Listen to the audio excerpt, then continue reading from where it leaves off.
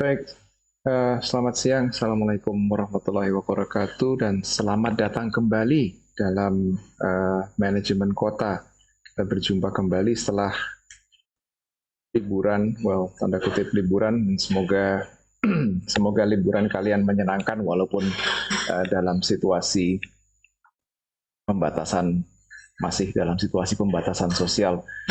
Pada kesempatan ini izinkan saya untuk memulai sesi perkuliahan dengan mengucapkan selamat Idul Fitri. Mohon maaf lahir dan batin atas segala kesalahan dalam ucapan maupun perbuatan. Dan mohon kesediaannya untuk menandai daftar hadir dengan memindai QR code yang ada di layar atau memasukkan kode 566435.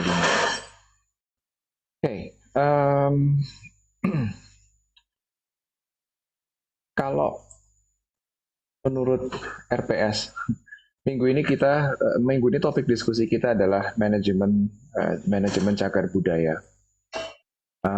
Namun mungkin nanti dalam pelaksanaan atau dalam sesi ini saya akan lebih fokus ke manajemen cagar budaya yang ada kaitannya dengan bidang minat atau bidang keilmuan yang saya dalami, yaitu disrupsi dan disaster begitu. Tapi kita akan mulai pembahasan minggu ini dengan pengertian umum dan signifikansi cagar budaya di lingkungan perkotaan, di wilayah, bahkan mungkin sampai di level negara. Ada sedikit disclaimer yang ingin saya sampaikan sebelum kita lanjut. Dalam perkuliahan kali ini, saya akan menggunakan istilah cagar budaya, warisan budaya, properti kultural atau cultural property, dan pusaka warisan atau pusaka budaya. Istilah-istilah ini akan saya gunakan secara bergantian. Walaupun saya yakin bahwa ada perbedaan makna dari istilah-istilah yang saya sebutkan tadi, properti kultural, cagar budaya, warisan budaya, dan pusaka gitu. Tapi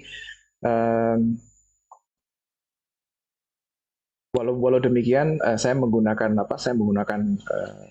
variasi dalam istilah itu semata hanya agar dialog atau monolog yang saya lakukan itu tidak terkesan monoton gitu aja. Tapi ya, sesuai dengan topik minggu ini, pembahasan kita adalah seputar cagar budaya, khususnya cagar budaya di lingkungan perkotaan. Pada dasarnya, saya kira kalian semua sudah tahu apa itu cagar budaya, atau paling nggak kalian sudah ada bayangan cagar budaya itu apa. Intinya, cagar budaya itu adalah upaya kita untuk mempelajari masa lampau, untuk memahami keadaan kita di masa kini, dan cagar budaya itu atau peninggalan sejarah itu membantu kita untuk membentuk masa depan kita, atau membantu kita untuk mengambil keputusan yang berpengaruh terhadap langkah ke depan kita, masa depan kita. Gitu. Kurang lebih seperti itu. Heritage atau cagar budaya atau warisan atau pusaka itu tadi bisa jadi hal yang sifatnya monumental, bisa jadi hal yang sifatnya sangat erat dengan keseharian seperti rumah tradisional di Wairebo, atau bahkan bisa jadi adalah ini monumental juga, Machu Picchu adalah sebuah peninggalan atau jejak-jejak peradaban terdahulu. Bisa juga warisan sejarah, warisan budaya itu sesuatu yang negatif. Kalau kita melihat, kalau di foto ini yang saya ambil yang saya tampilkan adalah pintu masuk ke lokasi bekas kamp konsentrasi di era Jerman di bawah rezim Nazi atau Hitler. Konotasi atau kenangan negatif lainnya, misalnya Kolosium. Kolosium megah, tapi Kolosium juga memiliki sejarah yang cukup berdarah. Banyak terjadi pembantaian di situ. So, good or bad, itu adalah warisan dari generasi sebelumnya yang kita gunakan untuk refleksi diri, dan kita gunakan untuk membantu kita menentukan langkah ke depan. Apakah kita ingin kamp konsentrasi itu terjadi kembali, atau kita ingin kembali ke kejayaan nenek moyang kita.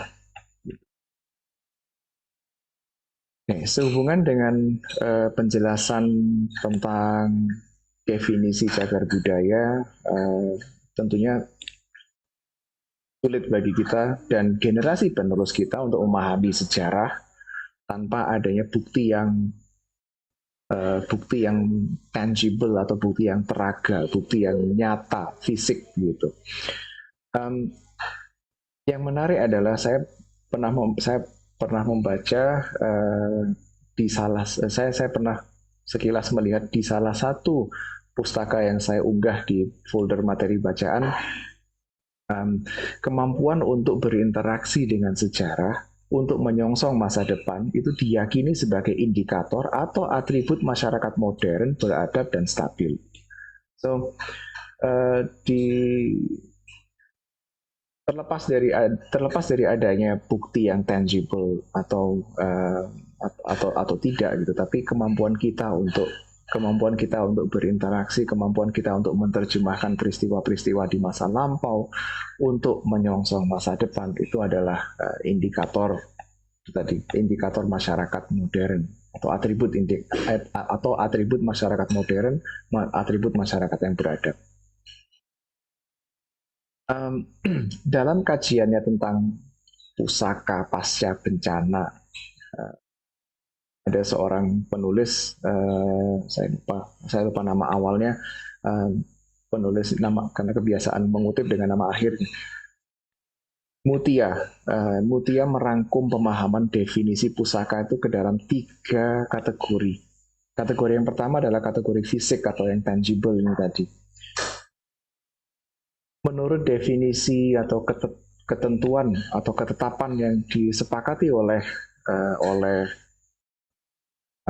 UNESCO dan negara-negara lain, bahkan juga menurut ketentuan di dalam Undang-Undang Republik Indonesia tentang cagar budaya, warisan yang tangible atau cagar budaya yang tangible atau yang fisik itu meliputi benda dan material fisik yang berusia sekurang-kurangnya 50 tahun. Sekurang-kurangnya 50 tahun. That being said, gitu, 10 tahun lagi berarti saya masuk ke dalam kategori tangible heritage. Kategori kedua adalah pusaka yang sifatnya intangible atau non-fisik. Di dalam kategori kedua ini meliputi makna atau meliputi nilai-nilai masyarakat, kebiasaan masyarakat setempat, metode atau teknik dalam membangun, dan lain sebagainya. Kategori ketiga adalah definisi pusaka atau definisi warisan budaya sebagai proses budaya. Sebagai proses budaya, sebagai tindakan dari komunikasi, atau tindakan yang menghubungkan masa lalu, di mana kita bernegosiasi dengan nilai-nilai sosial kita, identitas budaya dan individu, serta memori kolektif. Ya, dengan begitu, kategori yang terakhir ini yang saya rangkum menjadi proses. Di dalam definisi yang ketiga ini, heritage atau warisan itu dipahami sebagai sebuah proses yang memunculkan produk tangible maupun intangible. Jadi definisi ketiga ini lebih komprehensif begitu. heritage atau warisan di dalam perspektif dunia Barat, Eropa, Amerika itu cenderung ke yang tangible. Kalau kita bergeser ke timur, maka nilai values, nilai-nilai itu lebih kental di timur. Dan kalau kita gabungkan keduanya, well, yang kita dapatkan adalah proses dari teknik membangun, proses yang dihasil, proses dalam bercocok tanam misalnya dan lain sebagainya, itu adalah prosesnya itu sendiri adalah hal yang intangible, tapi hasil yang mereka semai itu adalah hal yang tangible, if that makes any sense. Ya, saya nggak akan terlalu banyak mengupas soal definisi-definisi seperti ini. Rambut saya sudah menipis, saya nggak butuh penipisan lebih lanjut. So, jika kalian ingin berdiskusi lebih dalam, menelusuri lebih dalam mengenai heritage tangible, intangible, atau yang dialektik itu tadi, silakan berdiskusi dengan Bu Karina atau Pak Rudi. So, tapi terlepas dari aliran atau kategori mana yang lebih sesuai dengan pemahaman kalian, tangible, intangible proses atau dialektik tadi, tidak bisa dipungkiri kalau cagar budaya atau pusaka atau warisan budaya itu memiliki signifikansi yang tinggi. So, untuk apa kita peduli? Well, antara lain identitas dan citra. Cagar budaya adalah bagian dari kehidupan sosial dan kultural masyarakat serta seringkali menjadi panggung dalam tanda kutip, panggung pementasan cagar budaya yang sifatnya intangible. Misalnya,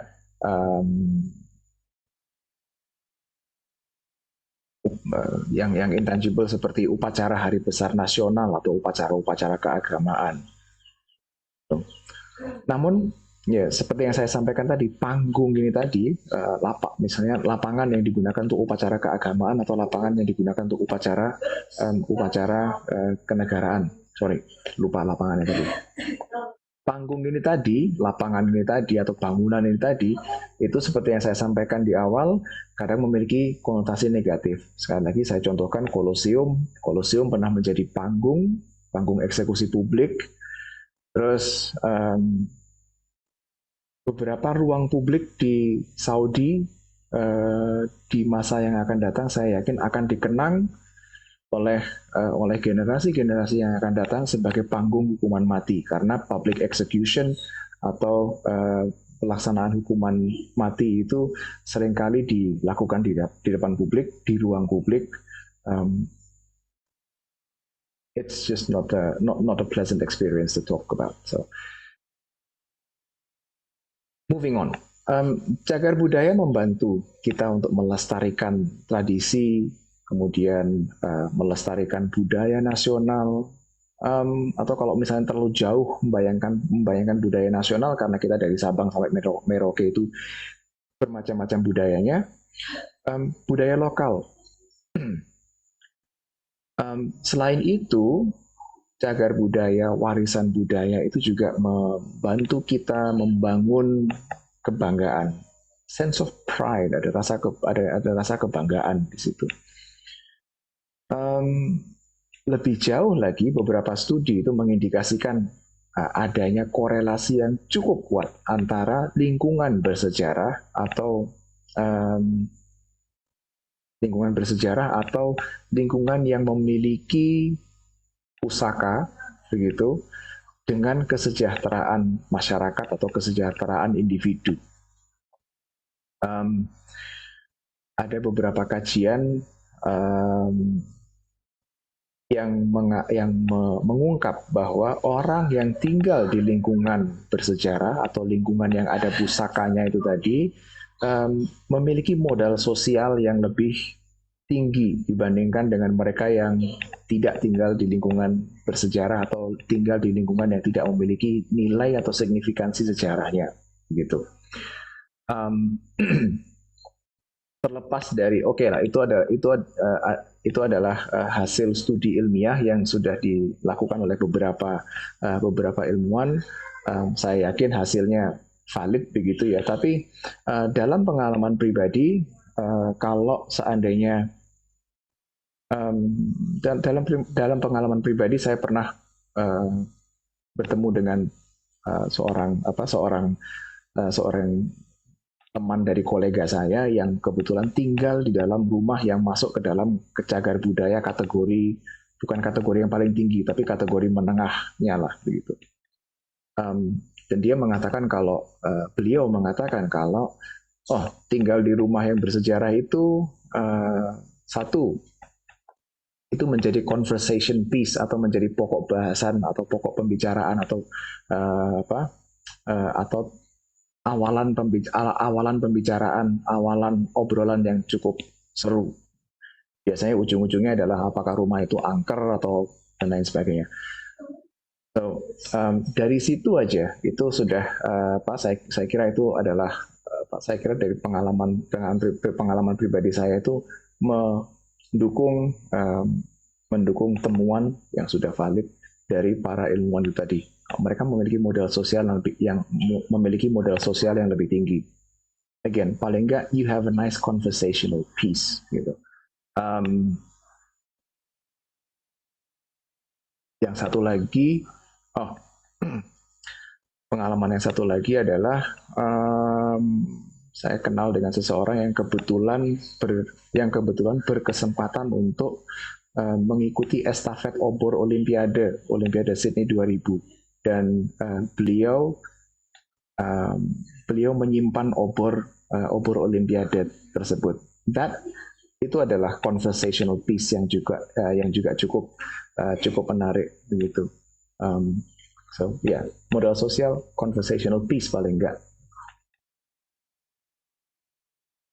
Selain sebagai citra semata, good image, bad image begitu ya, tapi warisan budaya itu juga dapat kita anggap sebagai aset perkotaan, aset wilayah, atau dalam konstelasi yang lebih besar aset kenegaraan. Mengapa demikian?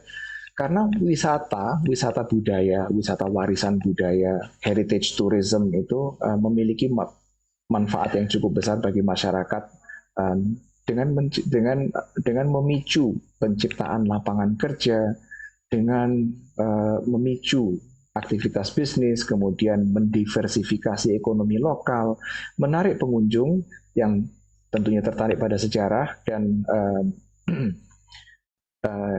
sejarah dan pelestarian, history and conservation. Dan biasanya wisatawan atau pengunjung yang memiliki passion terhadap sejarah dan pelestarian ini, mereka cenderung memiliki pengeluaran yang lebih tinggi dibandingkan wisatawan pada umumnya. Dan warisan budaya sebagai aset juga menghasilkan investasi lokal dalam sumber daya bersejarah. Pernyataan yang saya sampaikan tadi, penjelasan yang saya sampaikan tadi didukung oleh data statistik dari berbagai kajian yang menyatakan bahwa hampir separuh wisatawan yang pernah disurvei oleh berbagai macam lembaga kajian ini tadi mengatakan bahwa alasan utama mereka melakukan perjalanan adalah untuk mempelajari atau mengalami atau menyelami kebudayaan lokal, kebudayaan di tempat tujuan mereka.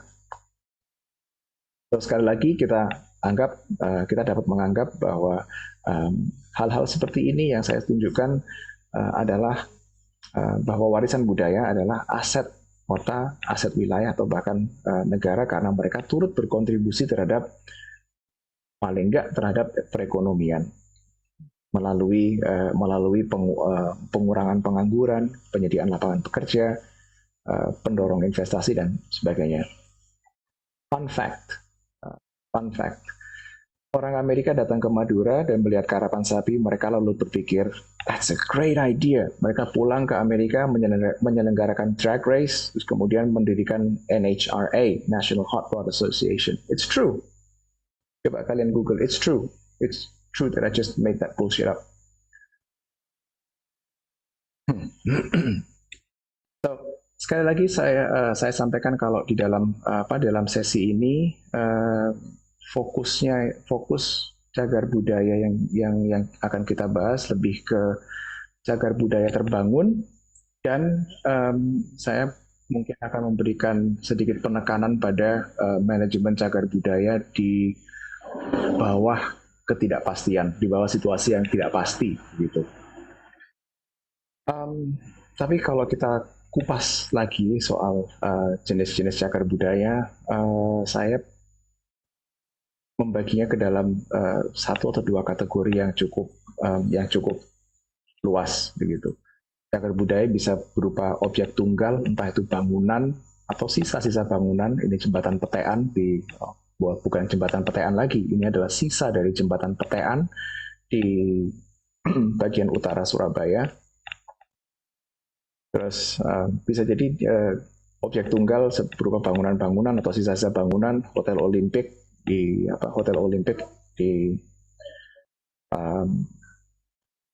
I forgot the name of the word, tapi di sana di Surabaya Stasiun Semut, atau objek tunggal berupa candi atau berupa candi, arca dan lain sebagainya. Bisa dia warisan budaya atau cagar budaya bisa berupa objek tunggal, baik itu kecil maupun sifatnya masif begitu. Atau yang lebih menarik lagi adalah objek yang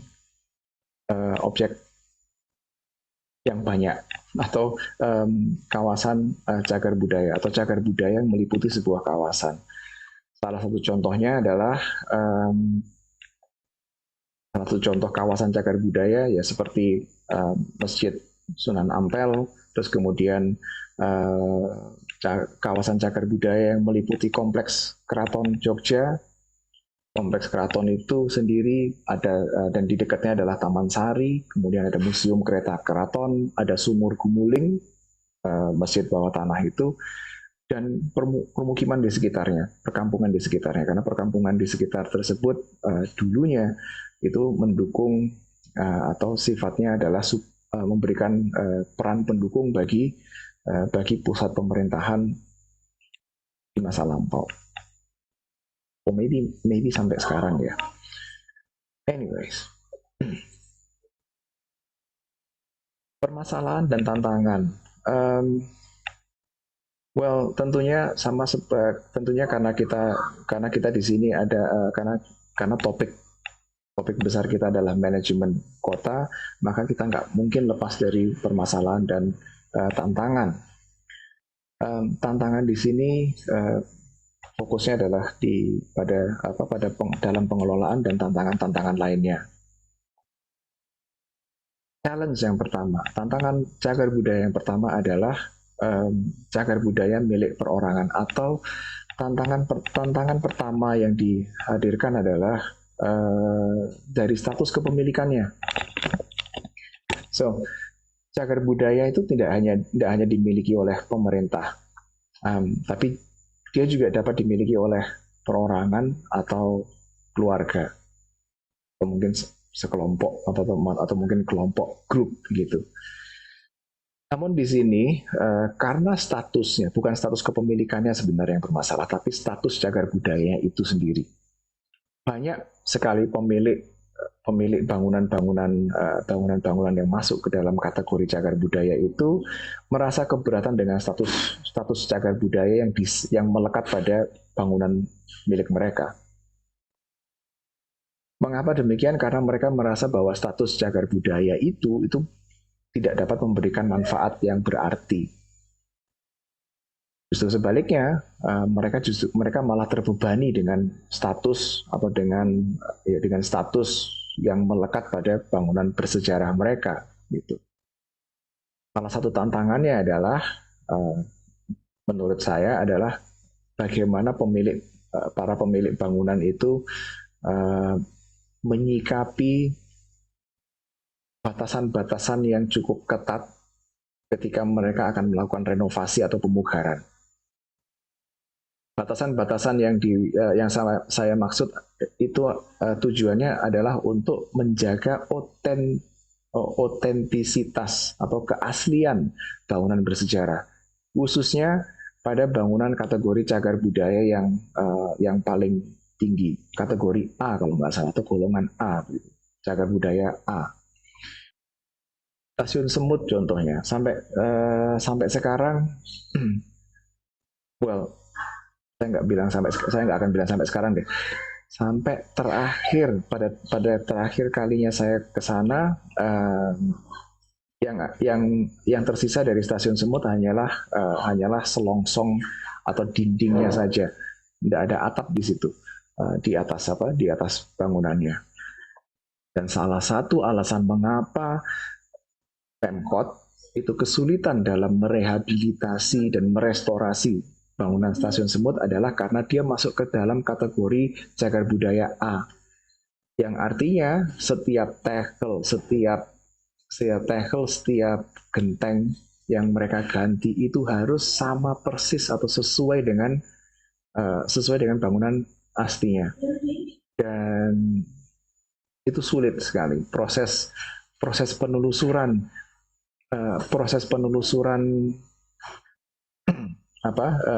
produsen keramiknya, proses penelusuran warna bangunannya dan lain sebagainya itu memakan waktu dan tenaga yang cukup lama. Gitu. So, itu skalanya Stasiun Semut yang dia notabene adalah milik dari seingat saya itu sudah diakuisisi kembali pada tahun sekian oleh Pemkot. Kalian bisa membayangkan kalau seandainya kalian kebetulan tinggal di kalian beli rumah, misalnya rumah tersebut adalah rumah X pejabat, rumah X bupati, rumah X gubernur misalnya, dengan langgam arsitektur Eropa, arsitektur kolonial, dan ketika kalian akan merombak bangunannya, tiba-tiba kalian mendapat kabar dari Pemkot atau Pemda setempat bahwa rumah kalian adalah kategori A atau kategori B misalnya. Kalau kategori A sama sekali nggak boleh dirubah, kategori B masih boleh ada perubahan tapi sangat terbatas. Anda bisa membayangkan mau melakukan pemugaran harus menelusuri dulu bahan-bahan atau material bangunan yang digunakan dulu seperti apa, dapatnya di mana, dan syukur-syukur kalau bisa diperoleh secara lokal atau dari daerah setempat atau dari dalam negeri. Kalau harus mendatangkan bahan bangunan dari luar, lebih runyam lagi. So, status cagar budaya bagi sebagian besar pemilik bangunan adalah bukan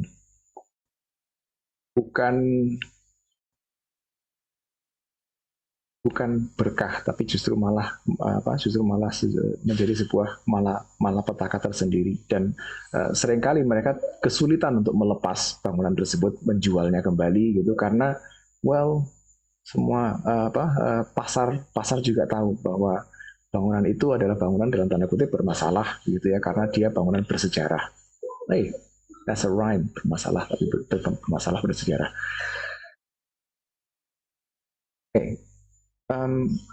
Tapi kalau misalnya kalian kebetulan memiliki atau kebetulan tinggal di bangunan bersejarah, dan jika alih fungsi bangunan ini masih dimungkinkan dengan mempertahankan rupa bangunan atau elemen-elemen tertentu sehingga nilai historisnya masih dapat dipertahankan, saya kira bangunan tersebut masih bisa memberikan manfaat tanpa terlalu banyak membebani para pemiliknya, gitu. Tapi terlepas dari kategori cagar budayanya, rata-rata keberatan yang dirasakan oleh pemilik bangunan cagar budaya itu terjadi karena adanya ketidakseimbangan antara hak dan kewajiban yang diberikan kepada pemilik. Sure, kalau seandainya rumah kita adalah rumah kategori, rumah cagar budaya kategori A, maka eh, maka proporsi proporsi kewajiban yang ditanggung oleh pemerintah dan oleh kita sebagai pemilik tentunya lebih besar ke pemerintah daripada ke kita, gitu. Karena kategori A berarti memiliki kepentingan yang lebih memiliki tingkat kepentingan yang lebih tinggi bagi Pemkot dibandingkan bagi kita sendiri, gitu. Kalau misalnya dia kategori D atau kategori yang lebih rendah, mungkin kepentingan kita yang lebih dominan dibandingkan kepentingan Pemkot atau kepentingan masyarakat secara luas, begitu. Dan dalam hal ini kita memerlukan adanya paradigma baru mengenai prinsip-prinsip keseimbangan hak dan kewajiban bagi pemilik, dan mungkin perlu memperkenalkan paradigma bahwa pelestarian conservation itu bukan hanya mengenai bukan melulu mengenai perlindungan terhadap aset-aset bersejarah, tapi juga mengenai bahwa konservasi itu juga menyangkut pemanfaatan pemanfaatan aset itu tadi untuk kepentingan, bahkan untuk kemakmuran bersama. Tantangan selanjutnya tentunya selaras dengan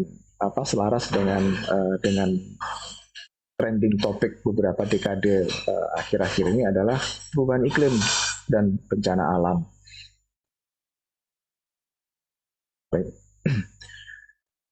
Perubahan iklim dan bencana alam itu mengancam sumber daya alam, mengancam properti kultural, mengancam warisan budaya kita. Sure. Tapi kalau kita berpikir dalam konteks perubahan iklim dan kebencanaan, gitu ya, apakah warisan budaya, apakah cagar budaya itu merupakan korban pasif dari pengaruh atau ancaman eksternal semata?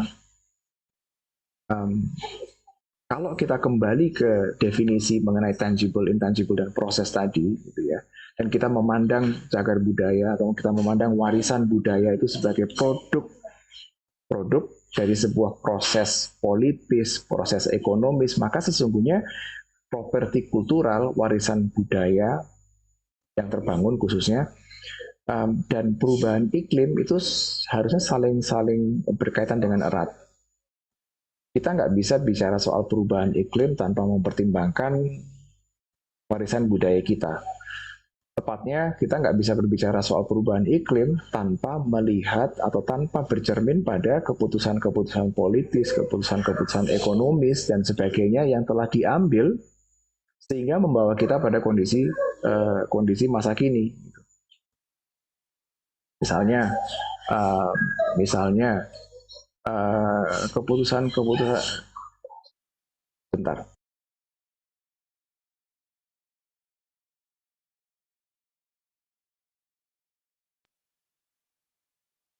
Right, and I forgot to pause recording.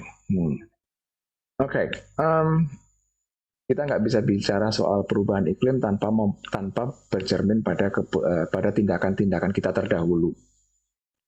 Mengapa begitu banyak penumpukan emisi karbon dioksida di atmosfer kita? Karena intensitas kegiatan industri, karena tingginya jumlah kendaraan bermotor dan lain sebagainya. Mengapa intensitas industri itu besar? Tinggi. Mengapa banyak kendaraan bermotor memadati jalanan dan lain sebagainya? Karena demand kita sendiri. Karena demand kita akan produk industri. Karena demand kita atau permintaan kita akan transportasi yang efisien dari jarak A ke B, tapi tidak efisien untuk hal yang lainnya, dan lain sebagainya. So, kita mau bicara soal climate change, ya, itu berhubungan langsung dengan proses-proses budaya kita, dan produk-produk budaya yang kita hasilkan. kita juga nggak bisa bicara soal masa depan warisan budaya, vice versa, masa depan warisan budaya kita tanpa mempertimbangkan perubahan iklim.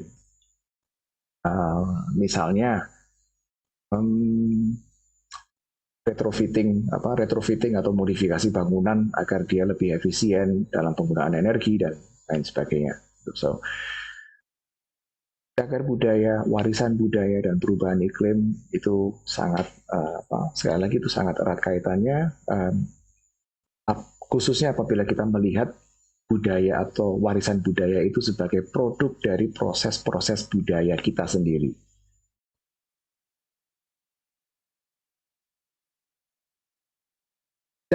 Secara global apa yang dapat kita lakukan? Well, secara global urusan warisan dan cagar budaya itu ditangani oleh UNESCO. Apabila kita ingin mendalami konservasi dan pemugaran cagar budaya dan lain sebagainya, UNESCO punya banyak informasi seputar itu. Kalau bicara soal perubahan iklim ditangani oleh IPCC, International Panel for Climate Change, dan mereka punya banyak sekali informasi seputar itu. Namun saya pribadi percaya bahwa proses atau siklus alami cuaca dan iklim itu nggak bisa kita hentikan. Namun kita dan kegiatan kita itu dapat mempengaruhi proses tersebut baik secara positif maupun negatif gitu. Dan dengan mengambil keputusan-keputusan yang lebih bijak, kita bisa turut membantu melindungi lingkungan dan warisan budaya kita. Matriks ini pernah saya perkenalkan beberapa waktu yang lalu, tepatnya di Cities 2020. Matriks ini saya sebut sebagai matriks pengelolaan warisan budaya. Dalam hal ini warisan budaya yang terbangun, cultural built heritage, pengelolaan warisan budaya dan antisipasi terhadap perubahan iklim dan bencana alam. Di dalam saya meletakkan 4 pilar utama kerangka Sendai Framework for Disaster Risk Reduction,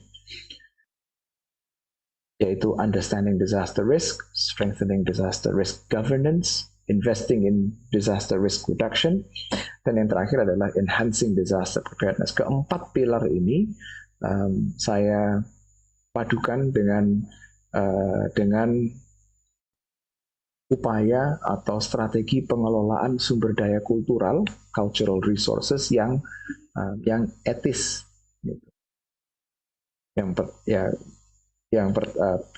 Pilar pertama dari pengelolaan cultural resource itu adalah minimum intervention or alteration, intervensi yang minim dan perubahan atau modifikasi yang minim. Yang kedua adalah reversibility of treatment, jadi modifikasi atau perubahan-perubahan yang nantinya bisa dikembalikan lagi ke kondisi awal. Serta yang terakhir adalah respect for the historic fabric. Fabric di sini maksudnya adalah konteks sejarahnya dan lain sebagainya. Gitu. So, kita perlu memahami risiko bencananya dulu. Kita perlu memperkuat tata kelola risiko bencananya. Kita perlu berinvestasi dalam upaya pengurangan risiko bencana dan ultimately kita perlu meningkatkan kesiapsiagaan bencana. Namun dalam upaya memenuhi keempat pilar tersebut, kita harus melakukannya dengan intervensi yang minimum atau perubahan yang minimum terhadap properti kultural dan warisan budaya. Juga mempertimbangkan, seperti yang saya sampaikan tadi, dalam understanding, strengthening, dan investing ini, kemungkinan untuk mengembalikan atau membalikkan properti kultural tersebut dalam keadaan semula. Dan akhirnya kita menghormati nilai-nilai historis dan signifikansi dari warisan budaya yang akan kita lindungi itu tadi. Itu semuanya itu semua adalah upaya yang sifatnya sangat umum, yang sangat general gitu. Lalu bagaimana dengan bencana yang sifatnya cukup masif? Katakan seperti tsunami yang menghantam uh, Aceh pada tahun 2004 silam. Gitu. Um, pada saat terjadi bencana yang masif itu tadi, yang sangat mengerikan itu tadi, uh, tingkat kerusakannya sangat-sangat ekstensif um, sehingga warisan cagar budaya yang berusia 50 tahun ke atas itu tadi dan bangunan-bangunan yang baru hilang semua. Artinya sebagian besar jejak-jejak peradaban itu, jejak-jejak fisik peradaban itu um, hampir lenyap. Kajian yang dilakukan oleh Mutia ini, which I think is excellent, it's an excellent read. Kajian yang beliau lakukan ini bertujuan untuk merumuskan konsep perencanaan pelestarian pusaka atau pelestarian cagar budaya melalui penetapan kriteria baru atau rekriteria, penetapan kriteria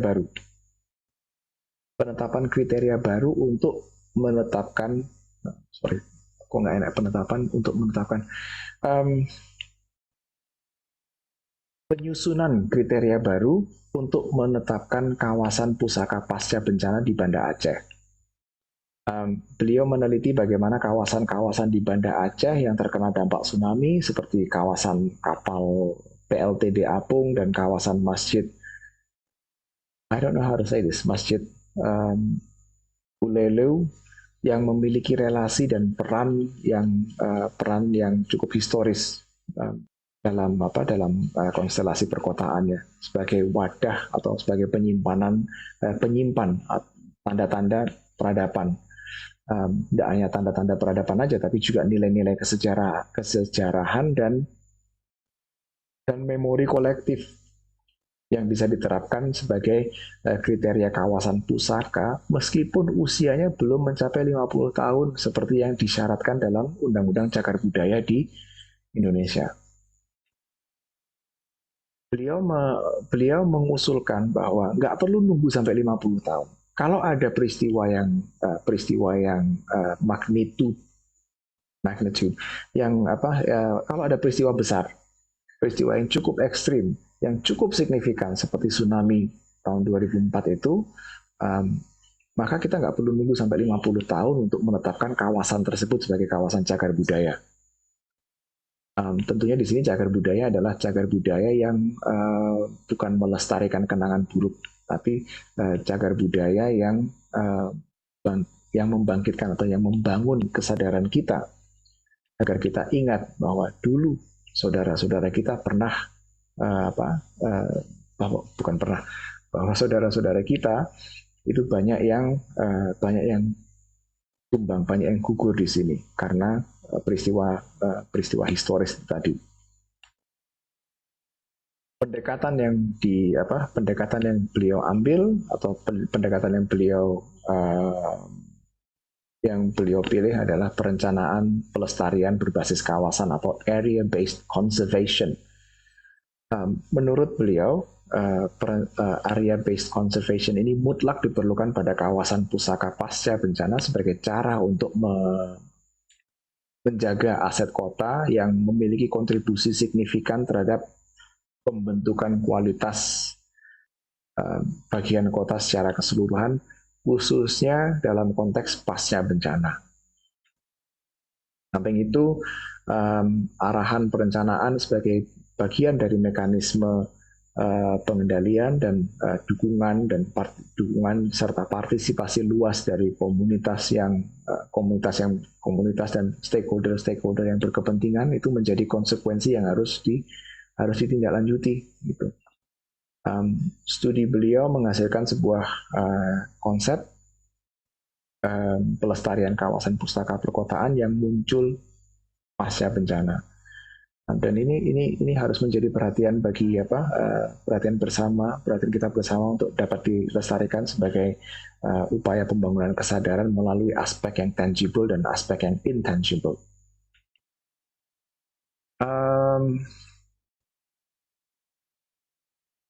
Ya, agak sedikit berbeda dengan kalau yang serupa namun tak sama.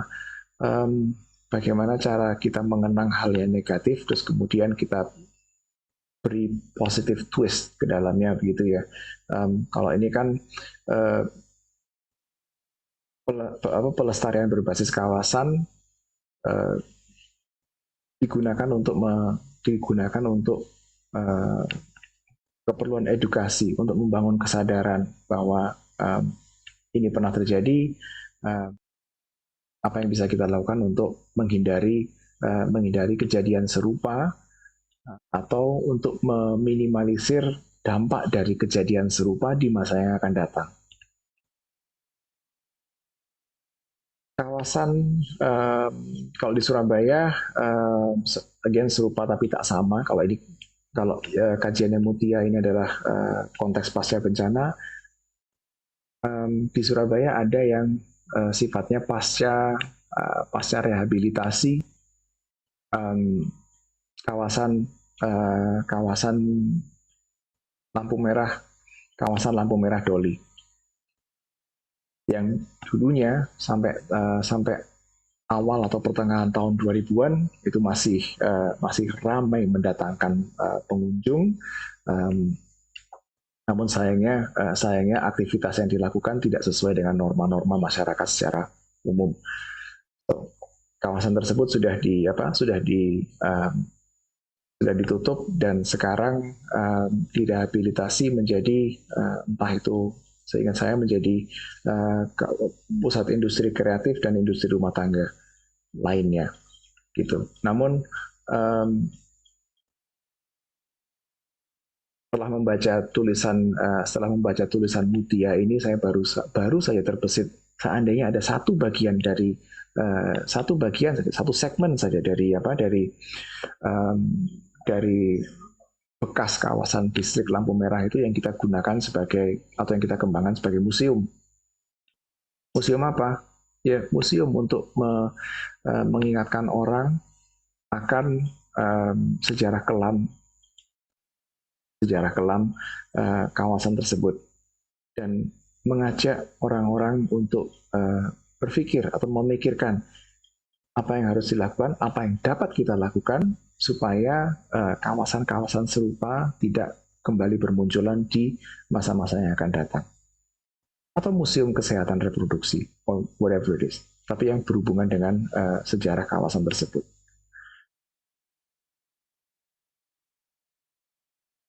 Masih seputar ketidakpastian, uncertainty, tantangan atau ancaman berikutnya adalah konflik dan peperangan. Konflik atau peperangan. Nah, di dalam peperangan orang bisa terluka, bahkan sampai terbunuh. Properti dan infrastruktur juga bisa mengalami kerusakan, bahkan sampai hancur. Gitu. Tidak bisa dipungkiri, begitulah adanya peperangan dan konflik. Nah, dalam konteks konflik dan peperangan ini, wajarkah jika kita berupaya untuk melindungi atau bahkan berpikir soal perlindungan terhadap benda-benda bersejarah? Gitu. Manusianya aja berjatuhan, kok malah kita ngurusin aset atau ngurusin bangunan gitu. Kenapa nggak mikirin orangnya, nggak fokus ke manusianya saja. Well, sebetulnya saya juga pernah menyampaikan pertanyaan yang serupa ketika memberikan keynote di Cities tahun lalu.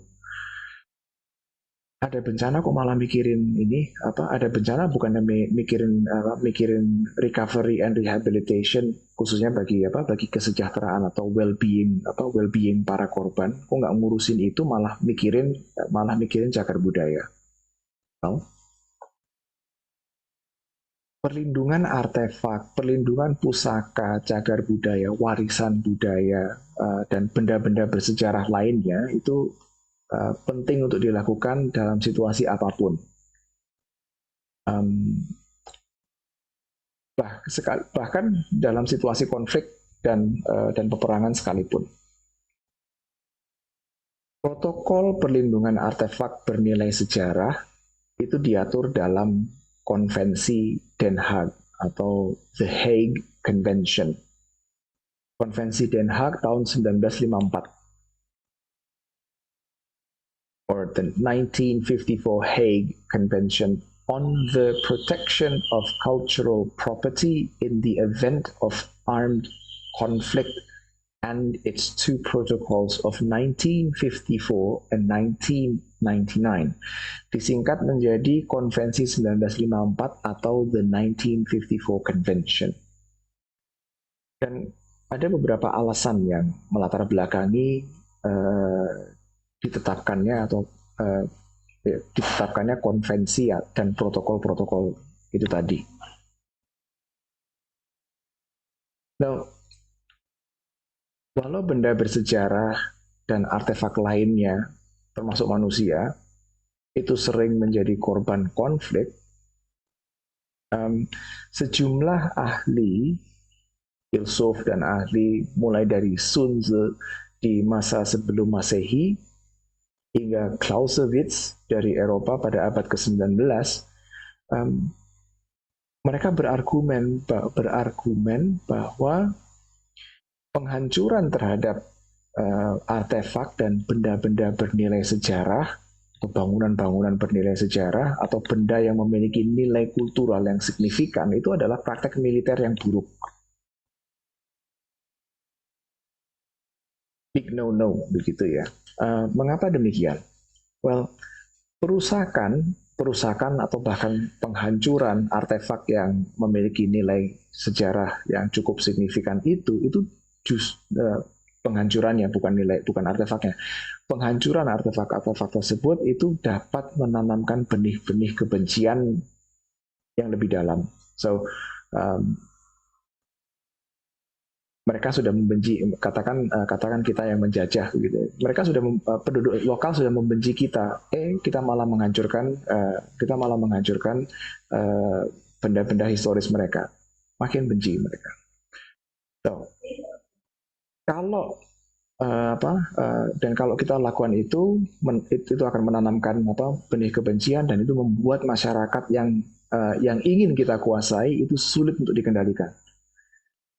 Bad military practice karena dua alasan itu. Alasan ketiga itu penghancuran atau kurangnya respect, kurangnya rasa hormat terhadap artefak-artefak atau kebudayaan setempat itu juga bisa menjadi alasan konflik-konflik yang di masa yang akan datang. Saya kira ini masuk akal karena saya tadi juga sempat menyinggung soal studi yang mengungkapkan korelasi antara lingkungan bersejarah dengan kesejahteraan masyarakat. Di samping semua itu, lagi-lagi jika kita kembali kepada penjelasan saya soal kontribusi warisan budaya terhadap perekonomian, maka perusakan atau penghancuran terhadap artefak warisan budaya itu dapat menghambat pemulihan ekonomi negara atau wilayah pasca konflik. Mereka sudah nggak punya apa-apa.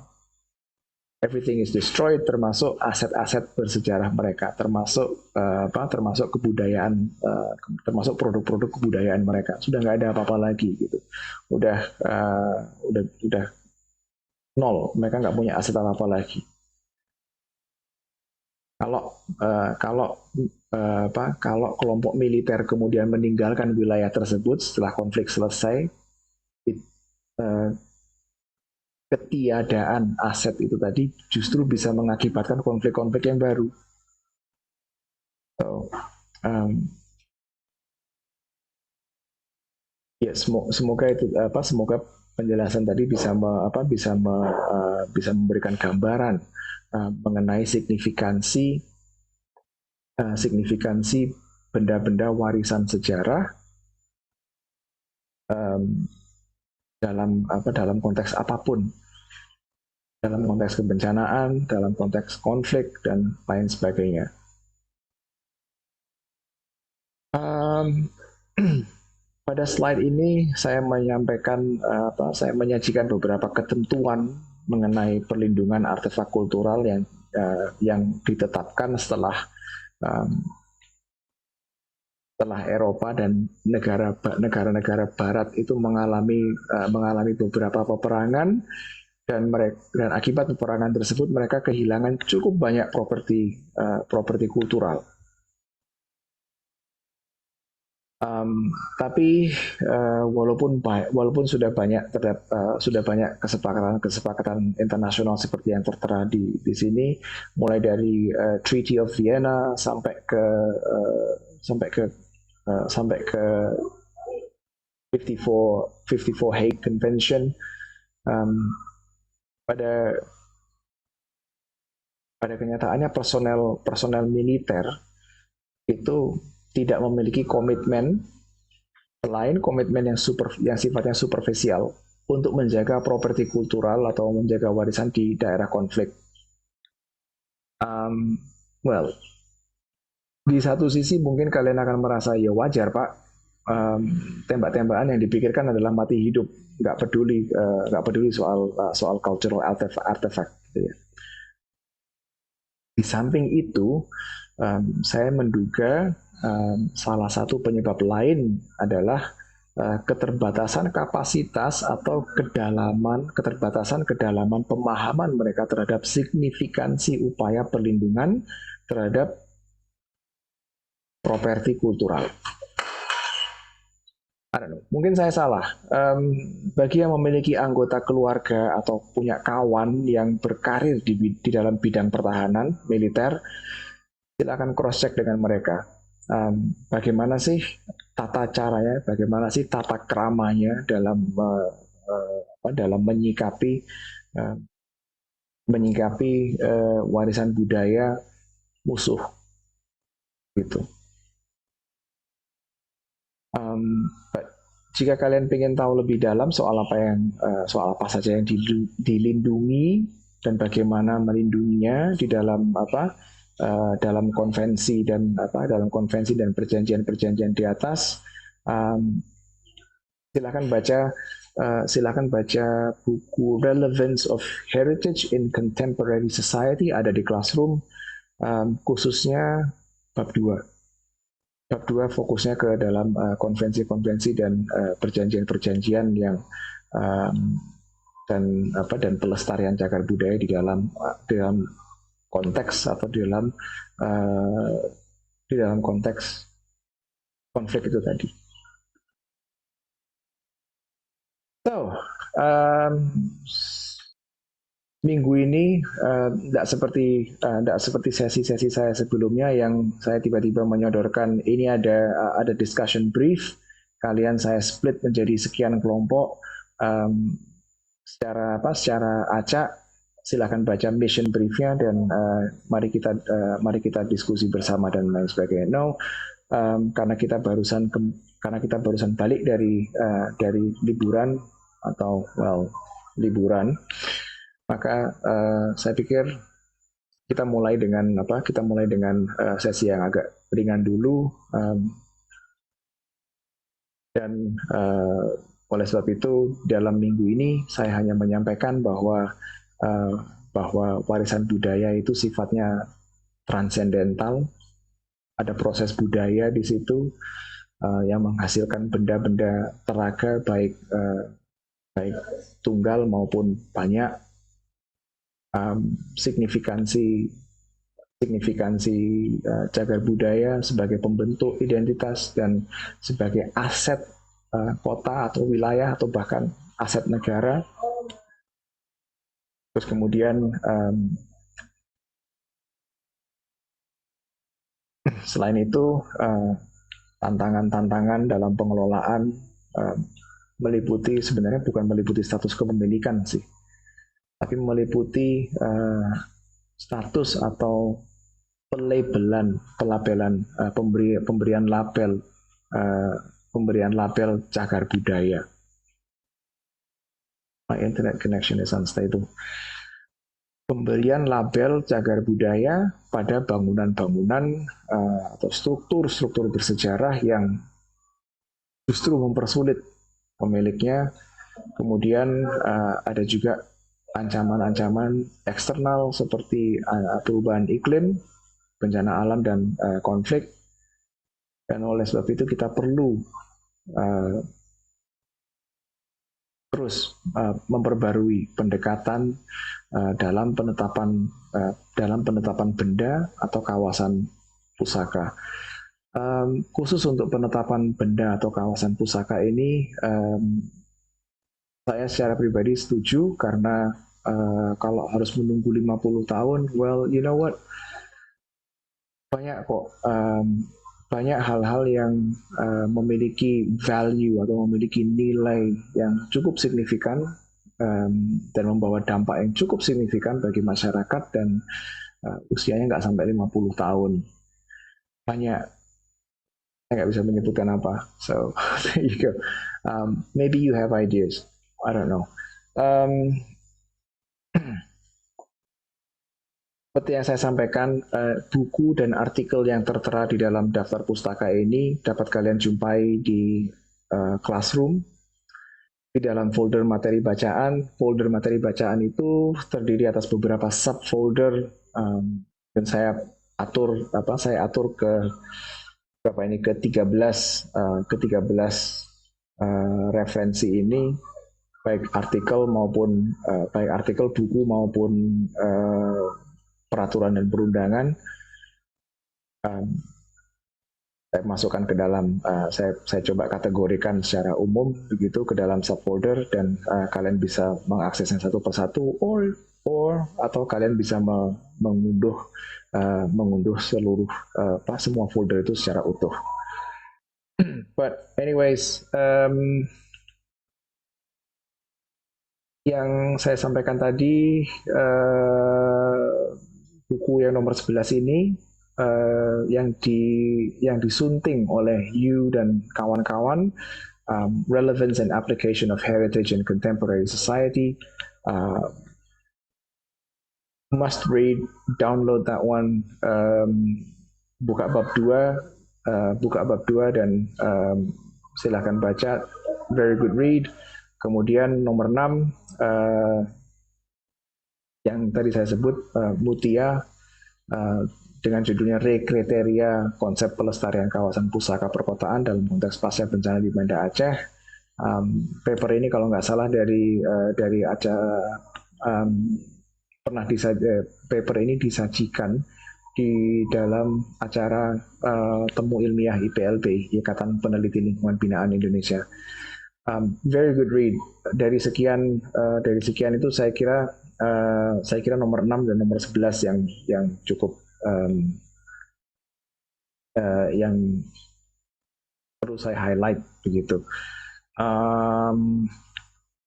Nomor 3 yang potential risk factors, okay. Nomor 4 juga so begitu. Anyways,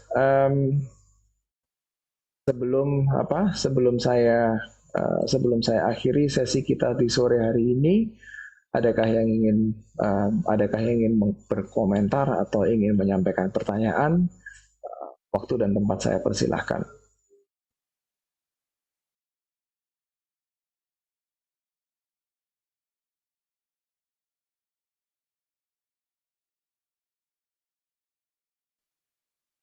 Masih terbawa mood liburan atau liburannya kurang. At least I feel that way. Anyways, bagi yang tadi late join atau bagi yang keluar masuk karena gangguan jaringan, silahkan menandai kehadiran kalian. kodenya 566435 atau silakan memindai QR code yang ada di layar. Minggu depan harusnya Pak Andi Irawan yang mengisi. Kalau nggak salah, saya cek lagi dan dan beliau akan saya ingatkan kembali. Lalu setelah itu minggu depan Pak Andi, minggu berikutnya kalau nggak salah GLS, dan setelah itu masuk masa asistensi tugas besar. Mungkin saya kelewatan atau bagaimana, but kalau kalian sudah menentukan kelompok tugas besar kalian, saya minta tolong daftar kelompoknya atau salinan daftar kelompoknya untuk dikirim ke saya. Nanti saya pakai untuk atur classroom, khususnya untuk keperluan pengumpulan itu. Terus apa lagi ya? Itu sudah. Oke. Kayaknya untuk sementara ini itu saja yang bisa saya sampaikan. Saya ingatkan lagi Pak Andi untuk mengisi sesi minggu depan soal strategic plan dan comprehensive plan. I think it was. Kurang lebihnya saya mohon maaf dan terima kasih atas kehadiran teman-teman sekalian. Selamat sore. Assalamualaikum warahmatullahi wabarakatuh.